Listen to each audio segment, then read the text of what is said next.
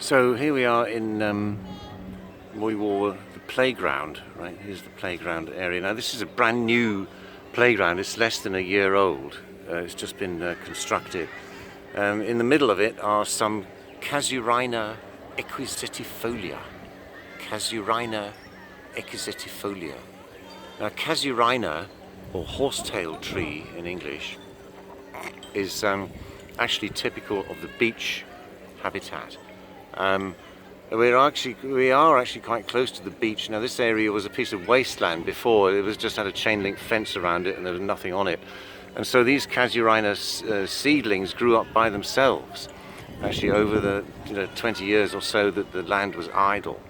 And there used to be, of course, many more of them. These have been retained in the design of the new playground, but there used to be a lot more of them, and most of them were, of course, so they intended to retain more, but of course, inevitably the roots get damaged by the construction work. So all of this new paving and all of these big curbs, that they built around the bottom of the trees, seriously damaged their root systems.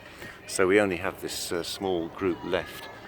They seem to be okay, not looking super happy, but we can go up close to the foliage and have a look at that. So here we are. This is and you can see why it's called horsetail tree, right? Because the foliage looks like horse's tail, I suppose. It looks like a conifer, right? It looks like a conifer, but it's not actually a conifer.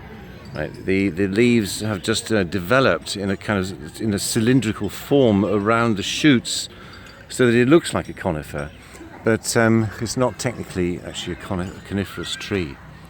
Now, the reason it's done that, as I mentioned to you before when I was talking about the Araucaria, is to reduce water loss. Because if you're growing on the beach in the sand, then the water, of course, the sand cannot hold water. The water just goes straight through, and you end up with